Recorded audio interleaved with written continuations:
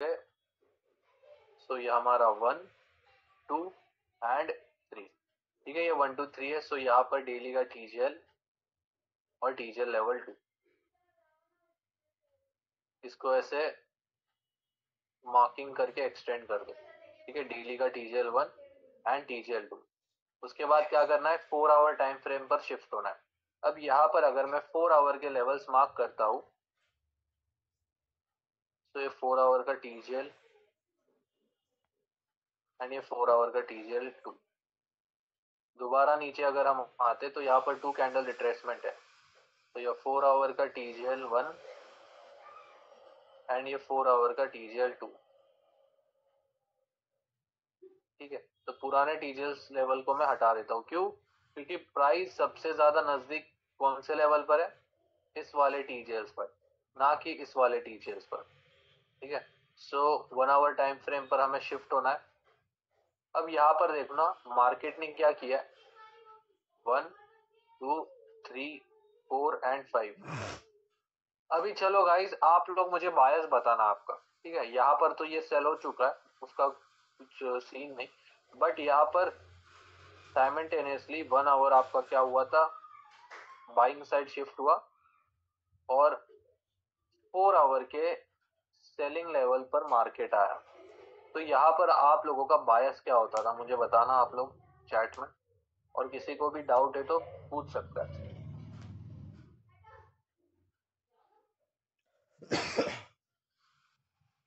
Okay,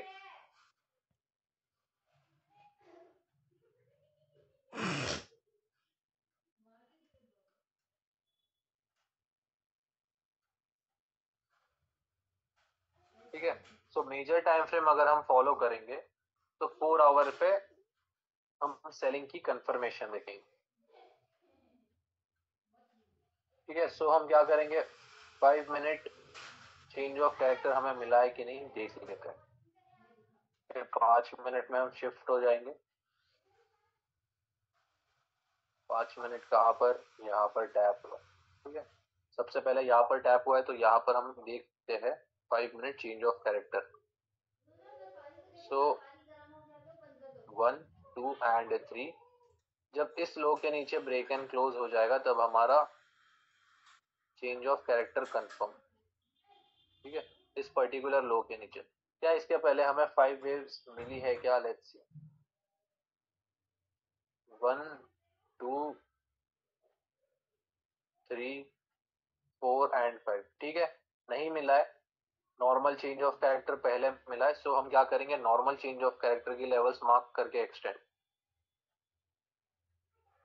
ये बन जाएगा आपका ए प्लस, ये वाला लेवल डबल टॉप, एंड ये बन जाएगा आपका सपोर्ट बिकम रेजिस्टेंस, ठीक है। आपकी ऐसी लेवल्स निकल कर आ गई। अब आप वेट करो। अब यहाँ पर देखो एक रेड कैंडल फॉर्म हो गई है, ठीक है, 2 रेड कैंडल्स फॉर्म हो गई है। मैं तो यहाँ पर ही ट्रेड ले लेता, सपोर्ट बिकम रेजिस्टेंस, और एसएल रखता इस हाई के जस्ट ऊपर, ठीक है। 25 पिप्स का एसएल है, ज्यादा बड़ा एसएल नहीं है, पेयर्स में ज्यादा बड़ा एसएल नहीं होता। अब यहाँ पर मैंने आरआर लगा दिया, तो पहला टीपी मेरा क्या होना चाहिए, ठीक है, विद आपको एंट्रीज और एसएल के साथ मैं बता रहा हूँ गाइस, ठीक है। यहाँ पर हाईएस्ट पॉइंट स्ट्रक्चर के हिसाब से, ये देखो ये वाला है रेजिस्टेंस या हाई, इसके जस्ट थोड़ा मैंने 1 2 पिप ऊपर एसएल रखा है। अब हम टीपी की बात करेंगे, 1 आवर में निकालूंगा। अब 1 आवर टाइम फ्रेम में देखूंगा कि लोवेस्ट पॉइंट या ऐसा कौन सा एक लेवल है जहां से मुझे बाइंग की रिएक्शन देखने को मिल सकती है। आप 15 मिनट भी देख सकते हो, देखो 15 मिनट या 1 आवर। अब यहां से मुझे लग रहा है कि एक बाइंग की रिएक्शन देखने को मिल सकती है इस लेवल पर और इस लेवल पर, ठीक है। चलो वेट करेंगे फिर, ठीक है। ये देखो यहाँ पर क्या हुआ, बाइंग की रिएक्शन भी आई। फिर उसके बाद वेट करना है, आराम से वेट करो,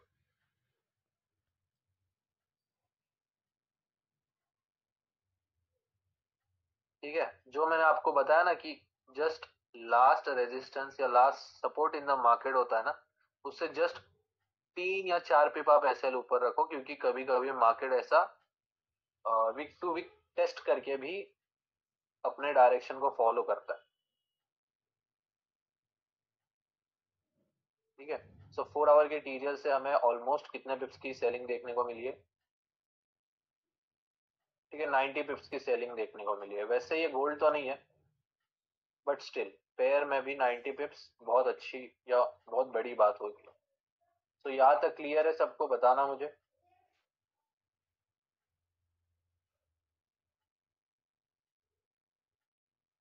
ओके, इससे भी क्वेश्चन है या इससे भी कुछ डाउट है तो पूछ सकता है। देखो ये बहुत ही सिंपल सा फंडा है, जितना बड़ा टाइम फ्रेम रहेगा उतनी अच्छी कंफर्मेशन या उतना ज्यादा टिप्स देने वाला ट्रेड।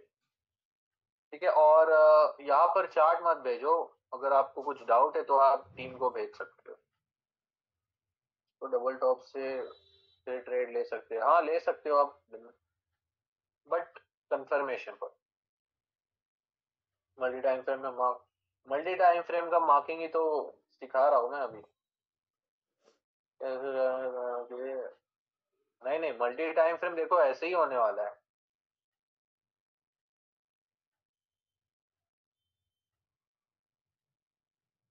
ओके ओके, ठीक है ठीक है। आप क्या करना, टीम को एक बार मैसेज कर दें, वो के लेवल ले होने के बाद उसके बाद और दूसरे टीजेल पे जा रहा है तो हाँ वैसे भी कर सकते हो। बट एक बार 4 आवर का लेवल प्ले हो गया ना, तो एक चीज याद रखना कि अगर नेक्स्ट टाइम बाइंग आती है, मतलब इस सिनेरियो में बता रहा हूँ, अगर यूरो यूएसडी में बाइंग आएगी तो वो कोई मेजर टाइम फ्रेम या बड़े टाइम फ्रेम से आएगी। ठीक है, जो कल मैं आपको बता रहा था ना कि गोल्ड क्यों उठा है यहाँ से, तो उसका भी एक्सप्लेनेशन देना बाकी है अभी।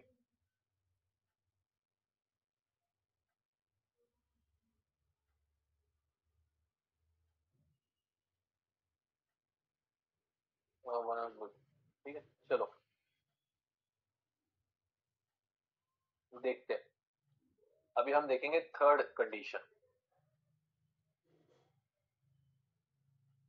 थर्ड कंडीशन वैसे बहुत इजी है, जो भी बंदा रिवर्सल में, ठीक है, रिवर्सल या स्विंग ट्रेडिंग में इंटरेस्टेड है, ध्यान से देखना।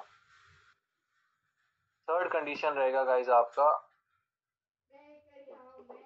गोल्ड में ही देखेंगे हम।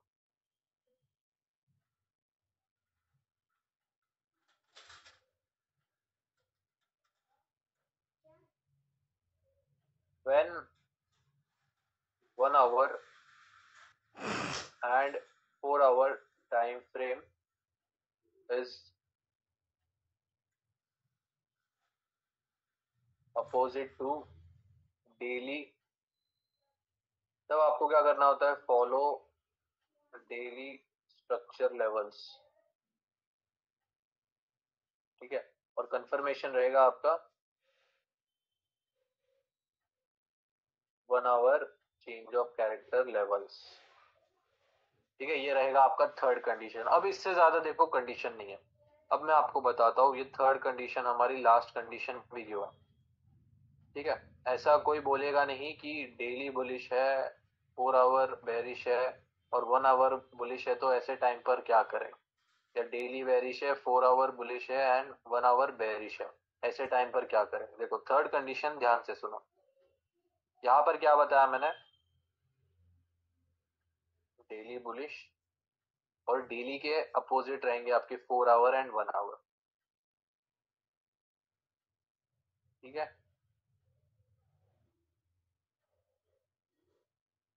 अब यहाँ पर मैंने क्या बोला है कि फॉलो डेली स्ट्रक्चर लेवल्स। इसका मतलब है नेक्स्ट ट्रेंड फॉलोइंग या ट्रेंड ज्वाइनिंग लेवल्स आपके कौन से रहेंगे? डेली टाइम फ्रेम वाले रहेंगे।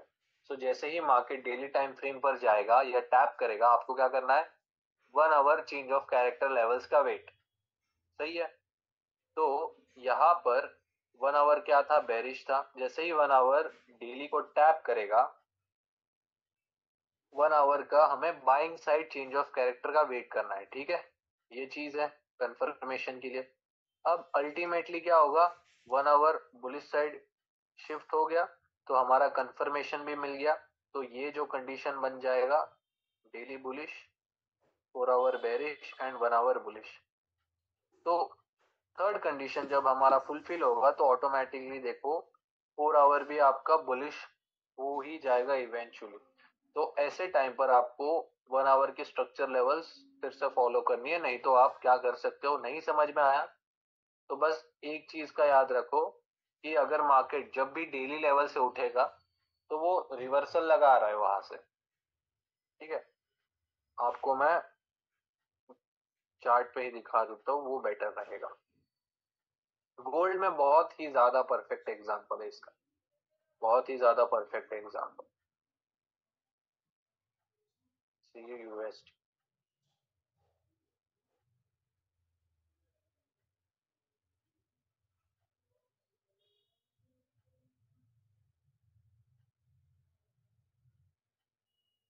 हाँ।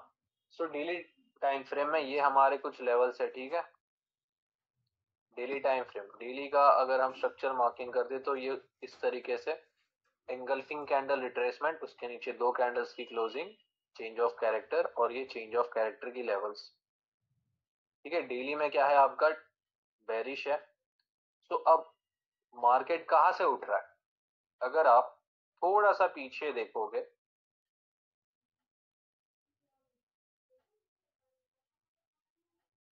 तो ये हमारा एक प्रीवियस डेली के स्ट्रक्चर लेवल या टीजीएल लेवल से उठ रहा है। अब इसके पीछे का क्या रीजन है देखते हैं। अब जैसे मैंने आपको बोला डेली के लेवल से अगर आपको 1 आवर का चेंज ऑफ कैरेक्टर मिल जाता है तो आपका जो ट्रेंड है वो एक तो चेंज होगा या तो रिवर्सल लगेगा। ठीक है, दोनों सेम ही चीज है, रिवर्सल और ट्रेंड क्या अलग अलग नहीं है कुछ। ठीक है, ये डेली का टीजेल आप ऐसे मार्क करो या ऐसे मार्क करो। ठीक है, ये डेली का टीजेल, यहाँ पर 1 आवर चेंज ऑफ कैरेक्टर का क्या करना होता है, वेट।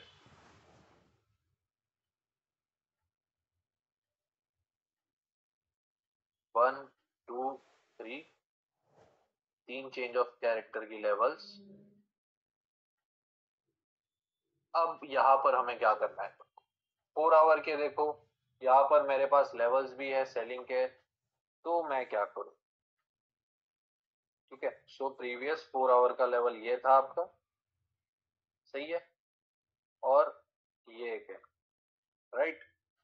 तो स्ट्रक्चर के हिसाब से या ट्रेंड फॉलोइंग के हिसाब से हमें तो बताया गया कि यहाँ पर 4 आवर के लेवल से सेल करना है, बट यहाँ पर सेल नहीं हुआ। देखो कंफर्मेशन भी नहीं मिली यहाँ पर, लेट्स सी कंफर्मेशन मिली कि नहीं।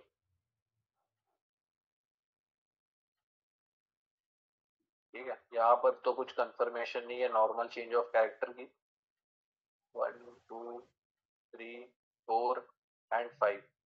ठीक है, ये लेवल 3 एंड ये लेवल 4। जस्ट हमें क्या ये रिएक्शन।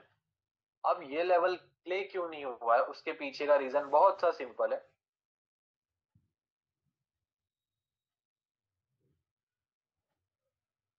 क्योंकि मार्केट यहाँ पर आपका मिनट्स का है या 24 आवर्स का है। अगर 24 आवर्स बड़ा है या 4 आवर बड़ा है, ठीक है, तो इसके पीछे का लॉजिक किस किस को समझ में आया बताना मुझे। 24 आवर लेवल से मार्केट जब उठता है तो वो ना 1 आवर के लेवल को देखता है ना 4 आवर के लेवल को देखता है। ठीक है, तो ऐसे ट्रेडिंग करनी होती है, रिवर्सल लेवल्स भी बोला जाता है डेली के लेवल को। तो अभी समझ में आया कि डेली में या जो बायर्स है अपना बाइंग साइड क्यों